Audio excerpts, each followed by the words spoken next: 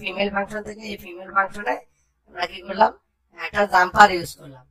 Jumper use করার কারণে আমরা ডোর সেন্সরটি বাদ পড়ে গেছে। এবার ডোর ইনভার্টার বা মাদারবোর্ড অটোমেটিক আউটপুট পাই আছে। সেক্ষেত্রে আমরা এখন কি করবো, লিফটে চালু করে দেখবো। লিফটে চালু করে দেখার কারণে যদি আমরা দেখি যে হ্যাঁ লিফট অবশ্যই চালু আছে, চলতেছে, ডোর প্রত্যেকটা ফ্লোরে গিয়ে নর্মাল পজিশনে যেভাবে কাজ করে ওপেন ক্লোজ হয় এভাবে হয় কিনা আমরা দেখবো।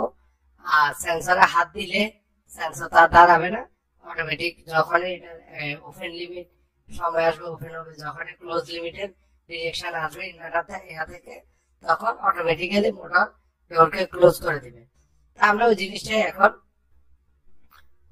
এখন দেখবো যে আমরা হাই স্পিড করে দিলাম, শর্ট দিয়ে দিছি, এখন আমরা হাই স্পিড করে দিব, দিয়ে দেখবো লিফট চলে কিনা। আশা করি চলবে।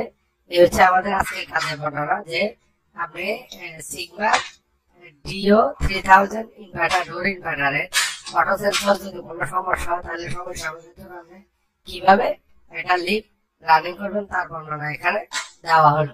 ধন্যবাদ সবাইকে, ভালো থাকবেন।